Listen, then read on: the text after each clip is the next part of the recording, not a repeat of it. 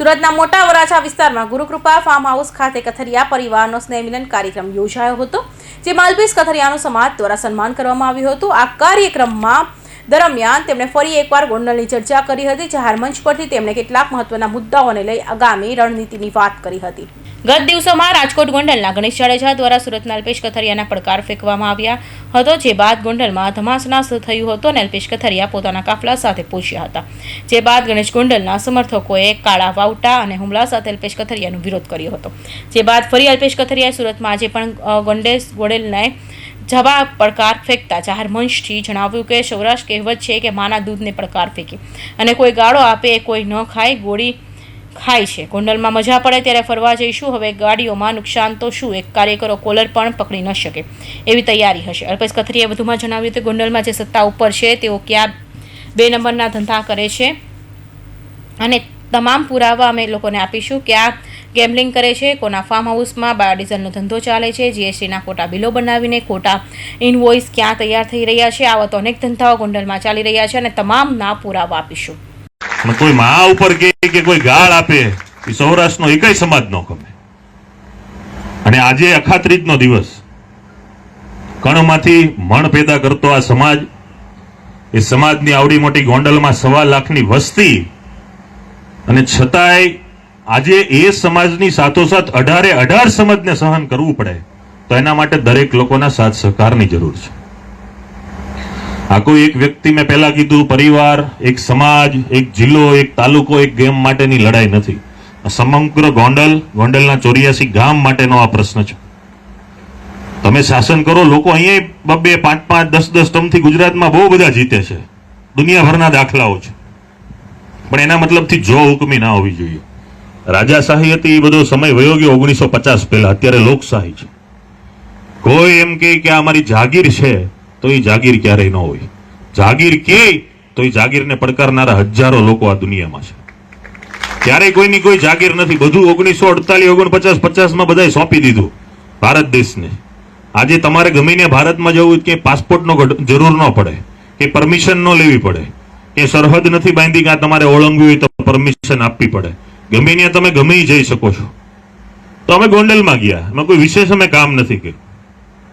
આનાથી અમે ત્યાં લોકોને જગાડ્યા છે કે ગમે માણસ બોલે, ગામની વચ્ચે 50, 100, 200, 500 પોતાના પંટરો લઈ અને સભામાં તમે બોલો કે ભાઈ 30 વર્ષ અહીંયા હું જ છું, મારો પરિવાર છે, એવું ન થાય। હું અહીંયા મારા માણસો હોય તો હું બોલું 30 વર્ષ કથિરિયા પરિવારના પ્રમુખ હું જ રહીને હું જ થાય, એમ ન હાલે। પરિવાર છે, લોકશાહી છે, કાલ ફરે, નવા આવે, જૂના હોય, બધાનું માન સન્માન હોય।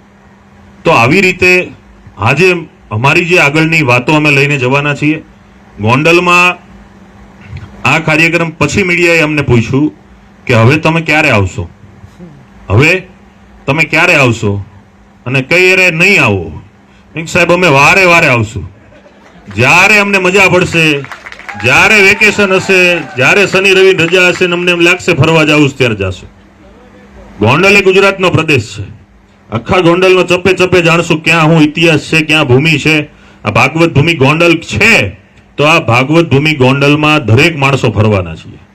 અને હવે જ્યારે જશું ત્યારે અમારા એક પણ ગાડીને કોઈ એક નુકસાન નહીં થાય એની હું ખાતરી આપું છું।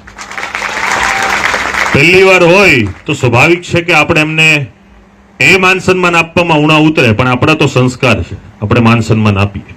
પ્રથમ વખત અમે ગયા, એક પણ પ્રકારનું ઘર્ષણ નહીં, કોઈની સાથે વાત નહીં, કોઈ સાથે મારામારી, બોલાચાલી, કોઈ પણ વિરોધ વગર અમે સંપૂર્ણ રીતે પરત આવ્યા। પણ હવે જ્યારે પણ જઈએ, એક પણ ગાડી તો ઠીક, એક કાર્યકર્તાનો કોઈ કોલર પકડવાની તાકાત ન કરે એની પૂર્વ તૈયારી સાથે જવાના છે। કેમ કે એ જે દિવસો હતા એને સાબિત કરી બતાવ્યું કે ગોંડલમાં લુખાગીરી છે। આટલી બધી 500 પ્લસ 14 અધિકારી, એટલે 514, 500 અધિકારીનો બંદોબસ્ત હતો એ દિવસે ગોંડલમાં। તો આટલી મોટી પોલીસ ફોર્સ હોવા છતાં પણ એટલી બધી લુખી ટોળકીને ભાડુઆતી જમાતો લઈ અને પોતાના કૃત્ય પાર પાડતા હોય તો વિચારો કે જે માણસ પાસે, બિચારા પાસે કાયદો નથી, જે માણસ લાચાર છે, ગરીબીમાં જીવે છે, ક્યારેય બિચારો કઈ બોલી નથી શકતો, આવા પીડાતા માણસોની શું પીડા હશે એની ખાલી કલ્પના કરો। તમે એટલું બધું મીડિયા અને પોલીસ લઈને અમે આખી ટીમ સાથે જઈએ છીએ, છતાં પણ એટલો બધો એમનો ખોફ છે, આ ખાલી ડર કાઢવાનો અમારો પ્રયાસ છે. કોઈ ગોંડલમાં અમારે કંઈ કરવું એવી અમારી એક પણ પ્રકારની નીતિ કે કૂટનીતિ નથી. અમારું જ્યાં ખેતર છે ત્યાં સમય આવે અમે ખેડી લેશું. ગોંડલમાં ડર કઈ રીતે દૂર થાય એ માટેનો અમારો પ્રયાસ છે. આવનારા દિવસોમાં ઘણા બધી જગ્યાએ જશું. આના માટે જેમ પરિવારે આયોજન કર્યું એમ દરેક લોકો આયોજન કરી રહ્યા છે, પણ શરૂઆત કથિરિયા પરિવારે કરી છે એટલે વિશેષ પરિવારના દીકરા તરીકે મને વિશેષ આનંદ છે કે આજે આજુબાજુવાળા તો સન્માન કરે, પણ તમારે ને તમારા ઘરમાં તમારું સન્માન થાય ત્યારે એનો એક આનંદ અલગ હોય. કેમ કે ઘરનો વડીલ હોય ને, ઘરના વડીલ, એને ઘરની જવાબદારી નિભાવતા જ હોય રામભાઈ, પણ ઘરના લોકો એની ઇજ્જત કરે તો એ વડીલ તરીકે એને એમ થાય કે નહીં, આજે મારું પરિવાર મારું માને છે. બાકી વડીલ બે સગીર વચ્ચેના મારામારીના કેસમાં પાટીદાર અને ક્ષત્રિય સમાજ વચ્ચે 23 માર્ચે સમાધાન થયું. ત્યારે રાજકોટ જિલ્લા ભાજપ પ્રમુખ અલ્પેશ ઢોલરિયાએ જણાવ્યું હતું કે પાટીદાર અને ક્ષત્રિય વચ્ચે રાજવી કાળથી સંબંધ છે. અહીં પાટીદાર સમાજના લોકોને કોઈ સમસ્યા નથી. જયરાજસિંહ અમારા બાપ સમાન છે. ગોંડલની સીટ પર કોઈ બહાર વ્યક્તિની નજર ન રાખે. અહીં ગણેશ ધારાસભ્ય બનશે. કોઈ ગોંડલની સીટ માટે લાડ લટકાવી નહીં. બહારના લુખ્ખાઓ ગોંડલની સીટ માટે આવું કરે છે. અહીં લડવા જેને આવવું હોય તે આવી જાય. અમે નહીં જ છીએ. અહીં 18 વર્ણના લોકો ભેગા થઈને રહે છે. અહીં જ પાટીદાર અને ક્ષત્રિય સમાજના લોકો વચ્ચે મતભેદ ઊભા કરવાના પ્રયત્નો કરાયા છે. તે લોકોને જાહેરમાં હું કહું છું કે તમામ લોકો એક છે. કૌશિક પટેલનો રિપોર્ટ, NTV ન્યૂઝ, સુરત.